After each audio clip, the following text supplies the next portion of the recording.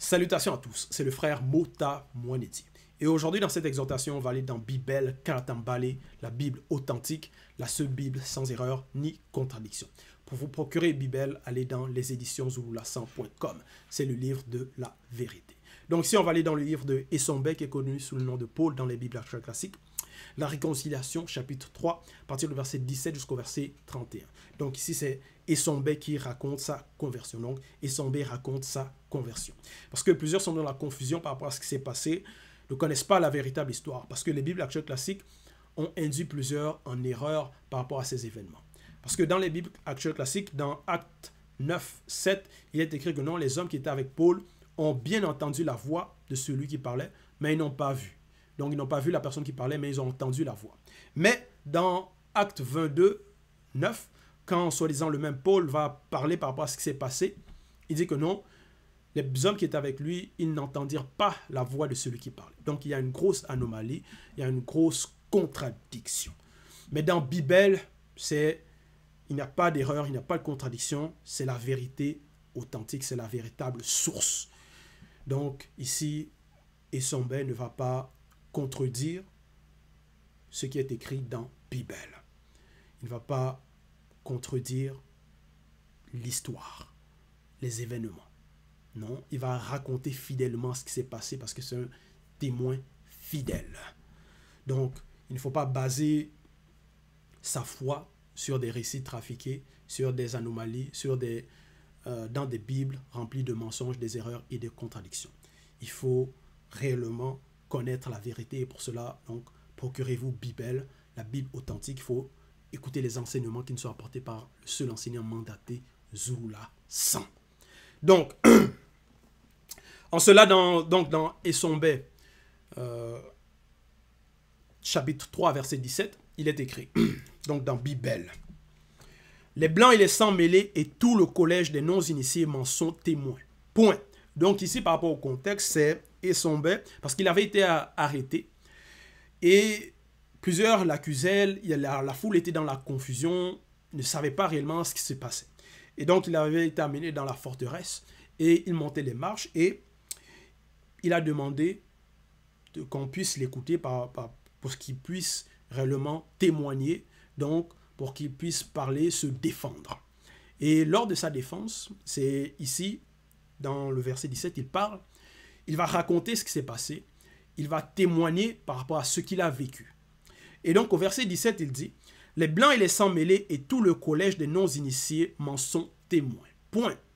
J'ai même reçu des blancs des ordres contre les frères non-initiés graciés, vers qui je me rendais afin de leur nuire. Point. Donc ici, Essombe raconte, par rapport à ce qu'il faisait, il recevait donc des ordres des blancs pour nuire aux non-initiés graciés, pour combattre les non-initiés graciés.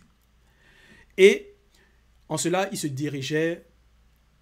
se rendait par rapport sur le chemin, il allait pour nuire à ces non-initiés. Donc, il reconnaît en fait qu'il était dans le faux et qu'il commettait donc il faisait des pratiques qui étaient contre le verbe. Donc, il reconnaît cela. Il témoigne de cela. Il ne ment pas.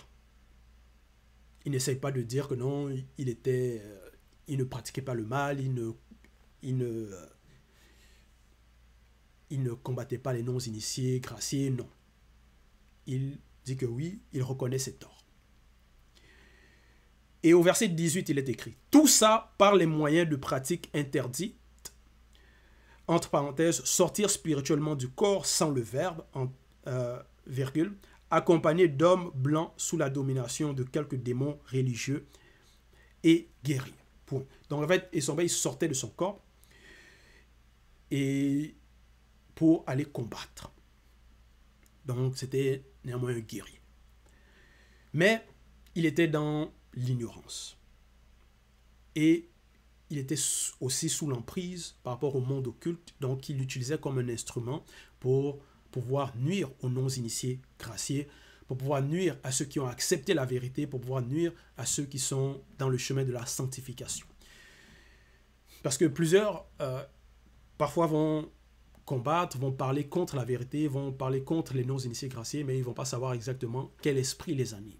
Mais Essombe, là, il reconnaît, il distingue maintenant le bien du mal, de qu'est-ce qui l'animait lorsqu'il faisait cela, sous quelle emprise il était. Donc, et il reconnaît aussi que c'était des pratiques interdites. Donc, il pratiquait la sorcellerie.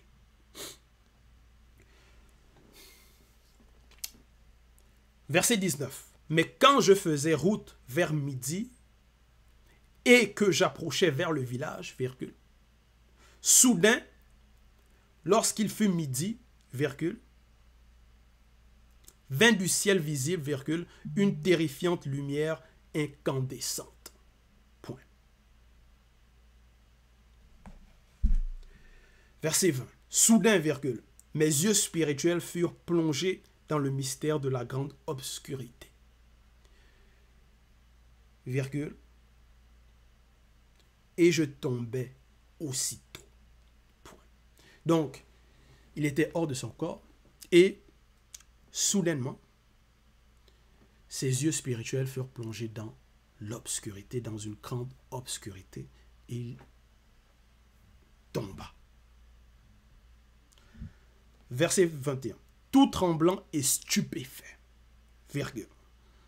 Parce que ce qui arrivait, c'est quelque chose qui est terrifiant.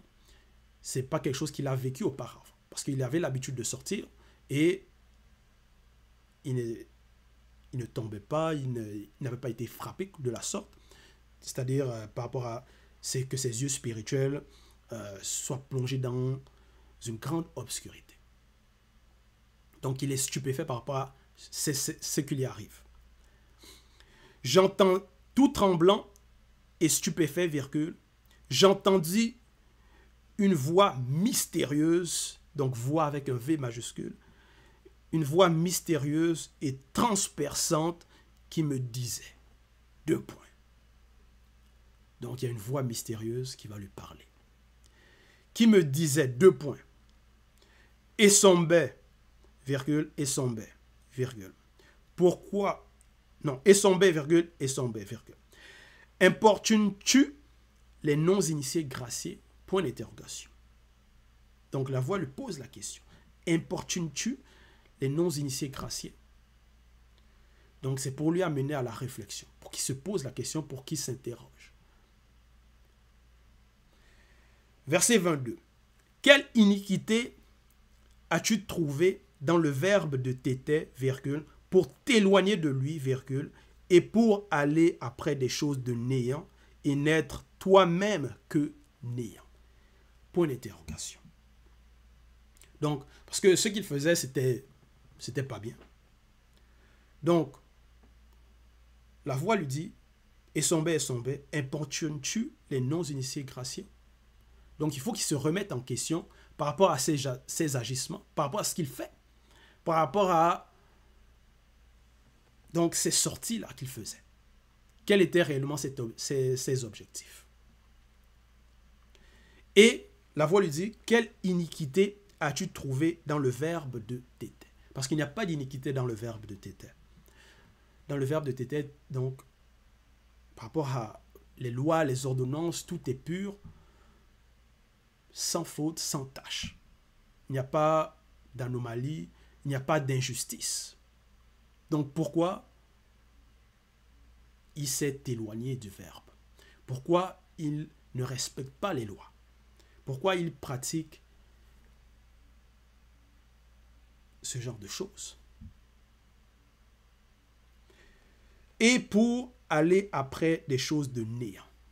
Donc il s'est éloigné du verbe et il va auprès des choses de néant et n'être toi-même que néant. Donc, par rapport à sa vie, ce qu'il faisait, donc, ça ne servait à rien. C'était des choses de néant, des choses de vanité, donc des choses qui n'étaient pas fructueuses. Donc, la voix lui pose des questions. Verset 23. La voix que j'entendis, virgule, je la vis plus tard se transformer en une épée redoutable et entra jusqu'au point de partage de mon être et des démons religieux et guerriers qui me contrôlaient. Et finit aussi par juger les intentions et les pensées de mon cœur. Point. Donc cette voix-là va se transformer en épée et va juger. Par rapport à Esombe, ses intentions, son cœur, ça va être une sorte de balance. Parce que Esombe, il était néanmoins contrôlé, il était néanmoins sous l'influence du monde occulte.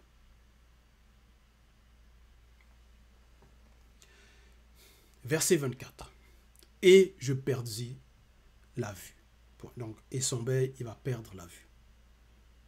Mon esprit sut que cette voix était la voix libératrice, virgule, et je dis : Wendeja, qui es-tu?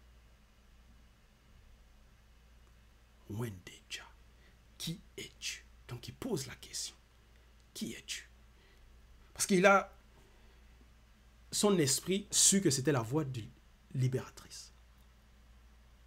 Mais il veut savoir, mais c'est qui lui parle? D'où est-ce que cette voix vient? Qui es-tu? Et la voix répondit : Nende Mutudu, je suis l'aîné, et l'un des bergers des non-initiés graciés que tu importunes. Répondit la voix. Donc c'était le Mutudu, c'était l'aîné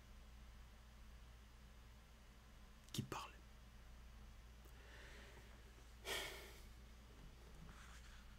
Donc, verset 25.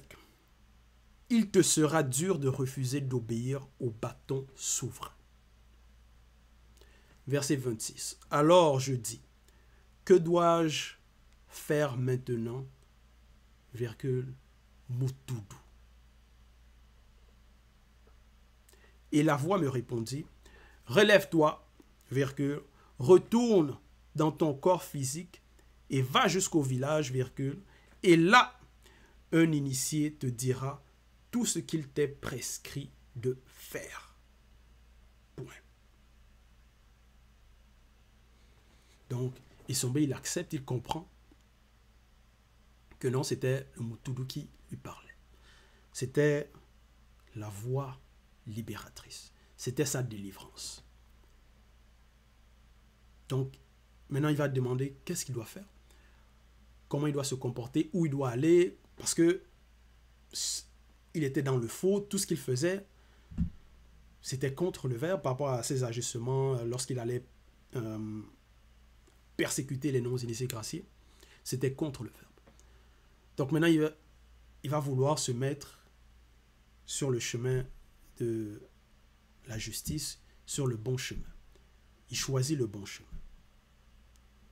Parce qu'il comprend aussi, parce que la voix aussi lui dit, il te sera dur de refuser d'obéir au bâton souverain. Il te sera dur de refuser d'obéir. Donc, il va accepter. Parce que s'il refuse d'obéir, ça va être difficile. Ça va être difficile. Et s'il n'accepte pas, où est-ce qu'il va aller? Donc, en gros, il n'avait même pas le choix. Parce que il avait déjà été choisi. C'était sa mission. C'était son moment. C'était le moment de passage. Donc voilà pourquoi il va maintenant dire, bon, qu'est-ce que je dois faire? Que dois-je faire maintenant? Mutudu. Verset 27. Je sortis de cette rencontre profondément bouleversé et définitivement persuadé que ceux que je persécutais étaient les bergers de Djokisabé, virgule, envoyés par Loba pour le salut du peuple noir. Point. Et une référence ici, livre des prophètes 1, 5, il est écrit, Joki-Sabé leur répondit, je n'ai été envoyé qu'au peuple noir. Donc, il reconnaît que non, il était en train de persécuter ses frères de race. Il allait contre la mission de Joki-Sabé par ses actions. Et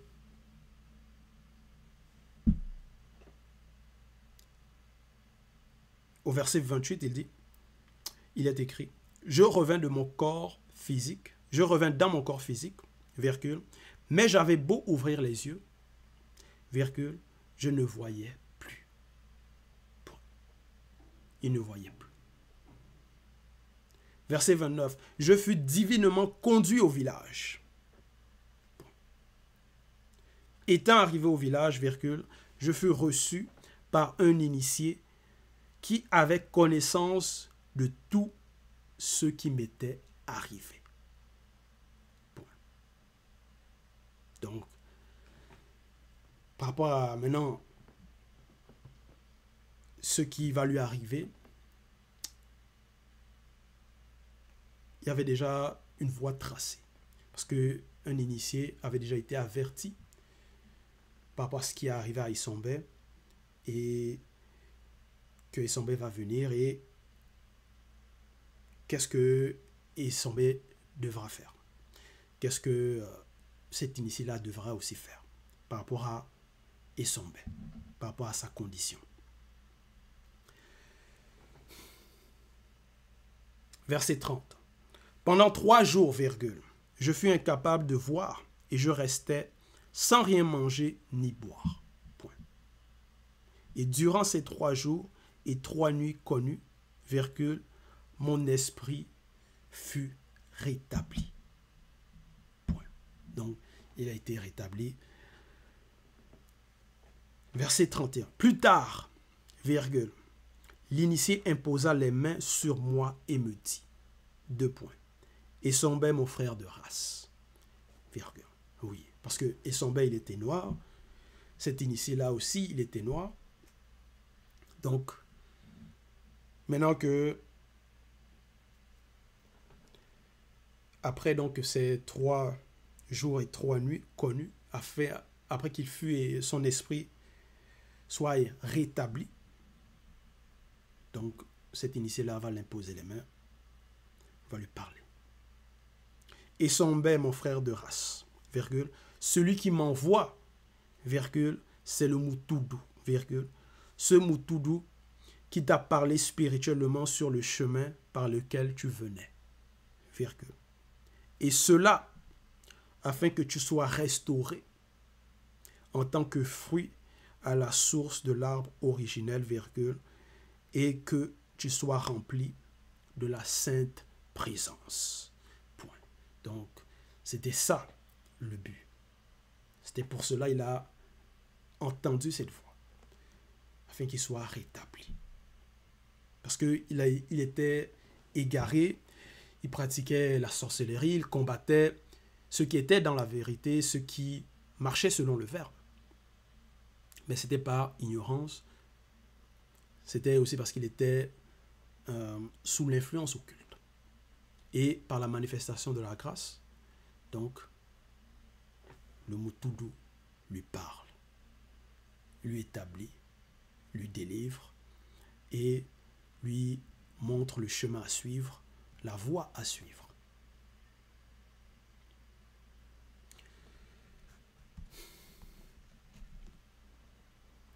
Et ici, Issombé n'était pas dans l'arrogance, il ne s'est pas braqué, il n'a pas dit non, je sais tout, ce que je faisais c'était juste, non. Il reconnaît que non, ce qu'il faisait c'était mauvais et il se répand. Il veut maintenant bien agir. Il veut maintenant marcher selon les lois et les préceptes du verbe de Loba. Parce que dans le verbe, dans les lois, il n'y a pas d'injustice, il n'y a pas d'iniquité. Et il est maintenant persuadé que même là, c'est le bon chemin. Là, c'est la vérité. Là, il n'y a pas d'erreur. Là, il n'y a pas de contradiction. Ça, c'est la source même. Il reconnaît la source. Il reconnaît la voix du libérateur, la voix libératrice. Mais plusieurs, quand on leur montre les anomalies, les mensonges, les erreurs, plusieurs ne veulent pas admettre, plusieurs persistent là-dedans, plusieurs ne se répandent pas. Plusieurs ne changent pas. Plusieurs n'abandonnent pas leur mauvaise voie, leur mauvaise pratique. Alors que Isombe a déjà montré l'exemple par rapport à comment on doit se comporter lorsqu'on entend l'appel.